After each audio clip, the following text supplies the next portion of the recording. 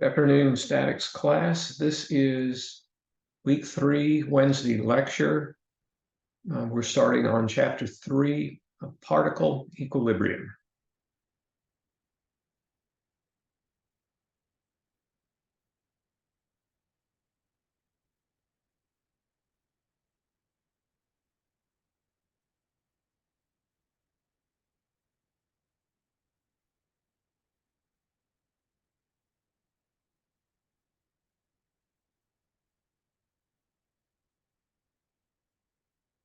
So here we are, particle equilibrium, chapter 3.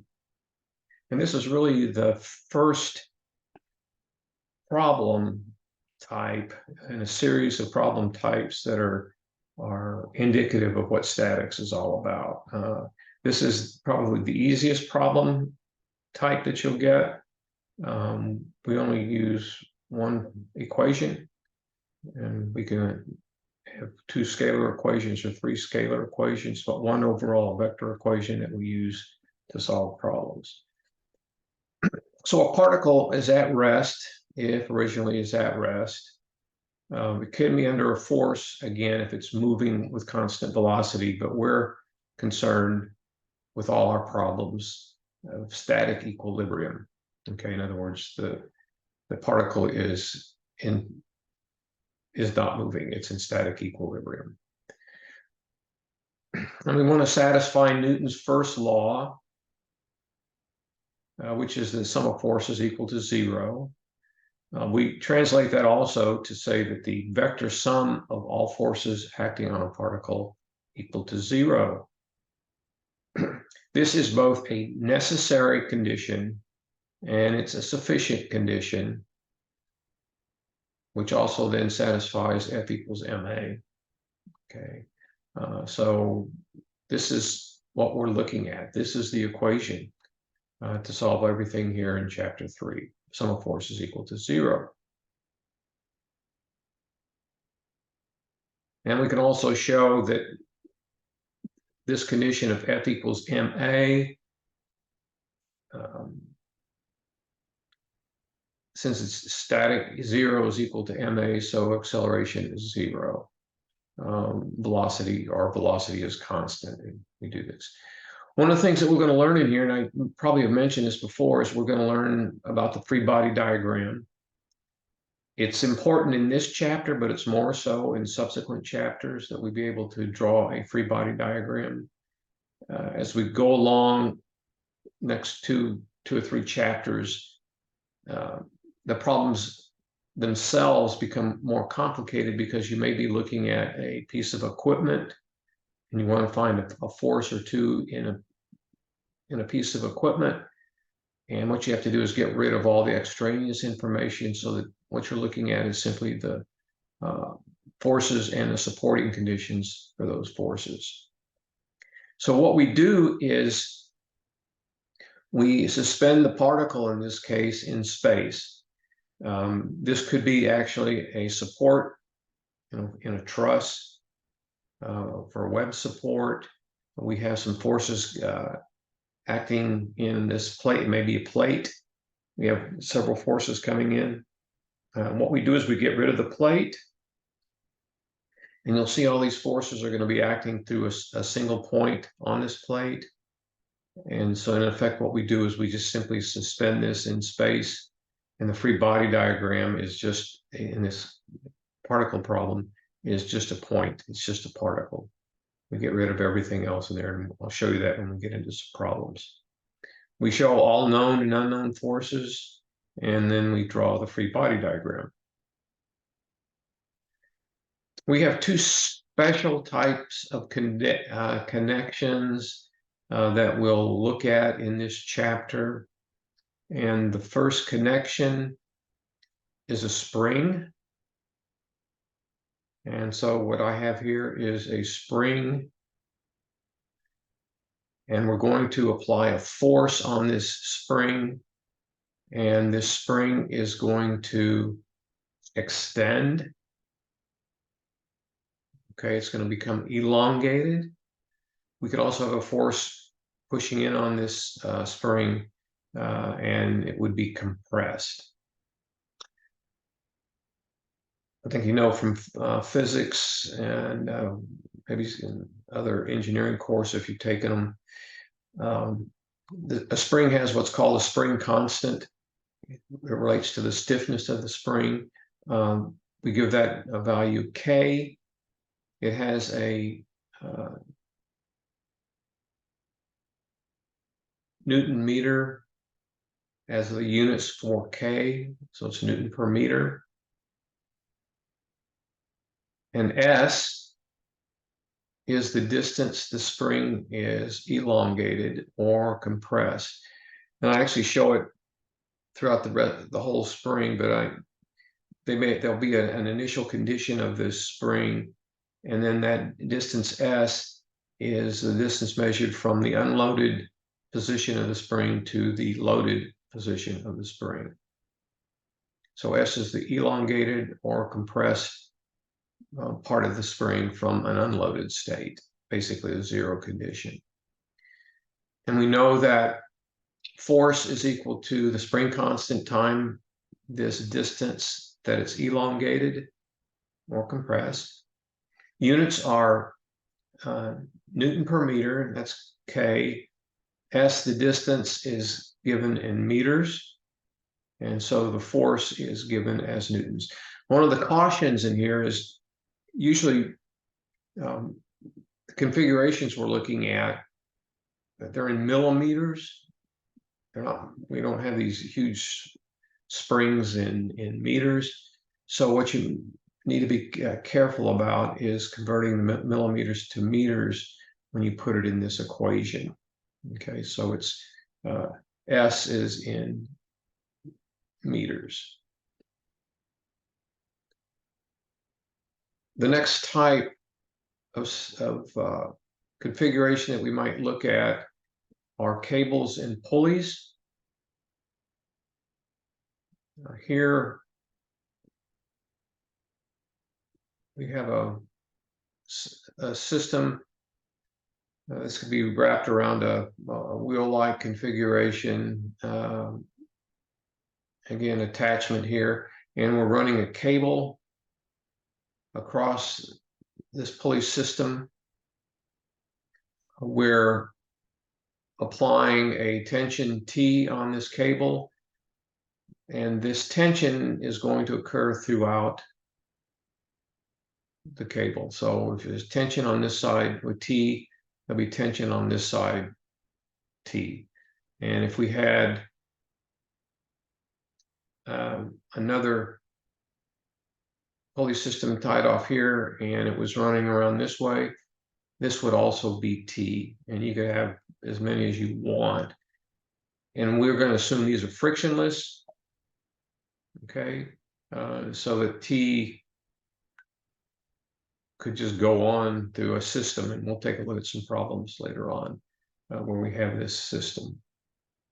Okay, so T is the same throughout this coplanar force system with cables and pulleys. So here's our coplanar force system. We're looking in two dimensions now. So we have an x-axis and we have a y-axis. And I just threw some forces in here. There's F1.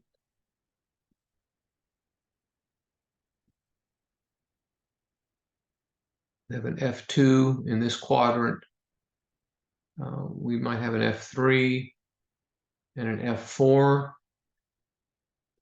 And we would locate, and we'll see a problem, we would locate these in reference to the x or y axis with angles, so there'd be a direction or a location in this system, an angular location.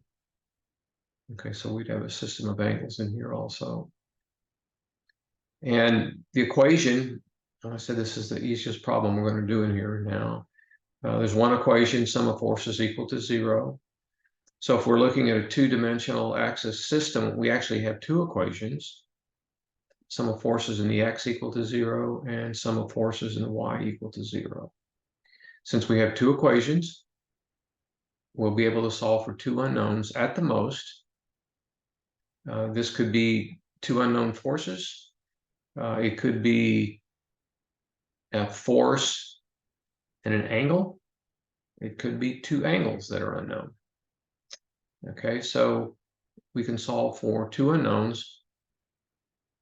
And these are the two equations. These are the scalar equations from the vector equation that we have. So sum of forces x equals 0 and sum of forces y equal to 0.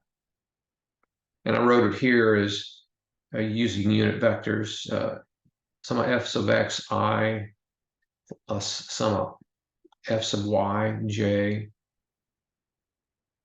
Okay, this could be, again, in vector notation using unit vectors.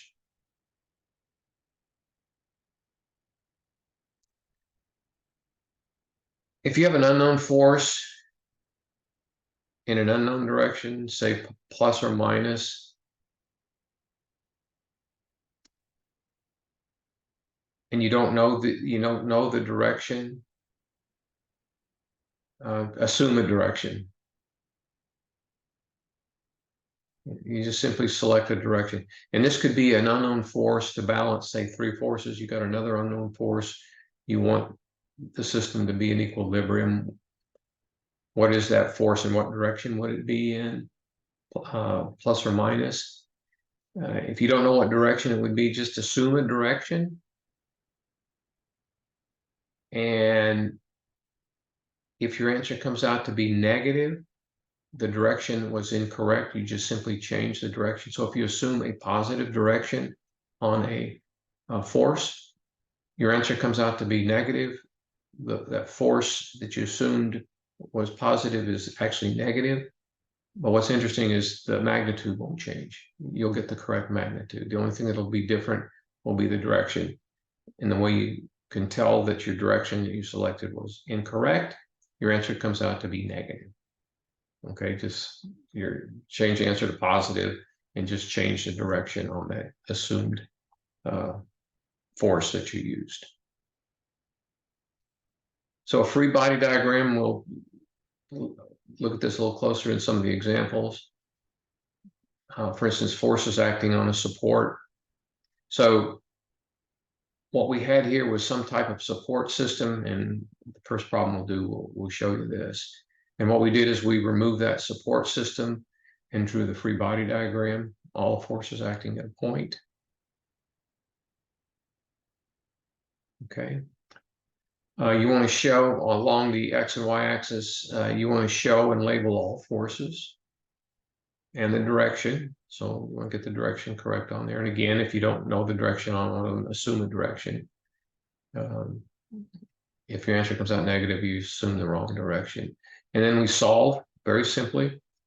No multiplying, it's just addition, pluses and minuses, plus and minus, some forces in the x and some forces in the y. They have to be equal to 0. It's an equilibrium. It's not moving. So what you do is you track the plus and minus components. Be very careful on assigning the signs. What gets the students most often in here is put a plus sign where it's actually minus direction. And be very careful. Keep track of your plus and minuses. Okay, we already said if your answer comes out, if you assume a direction on one of them, if your answer comes out negative, you assume the wrong direction.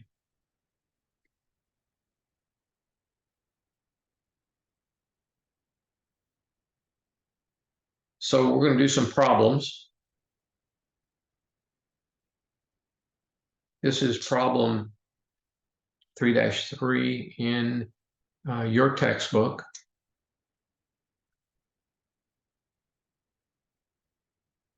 And I'm going to work this using the camera, if I can get this to work correctly.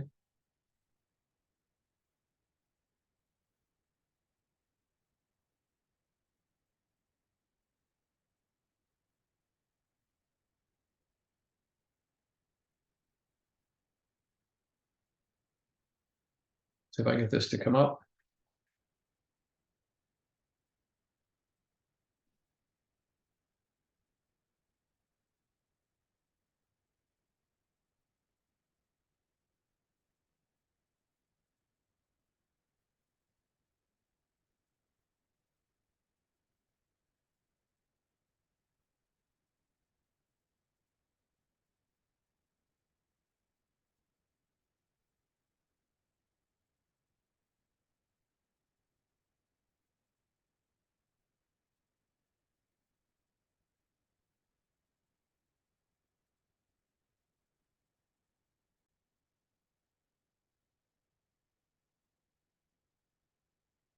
So the cam didn't work.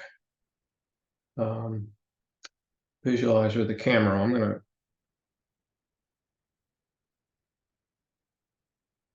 to stop this video, and then I'm going to put another one up solving these problems if I can get this visualizer to work. It's real crazy. Sometimes it works and sometimes it doesn't with Zoom and with another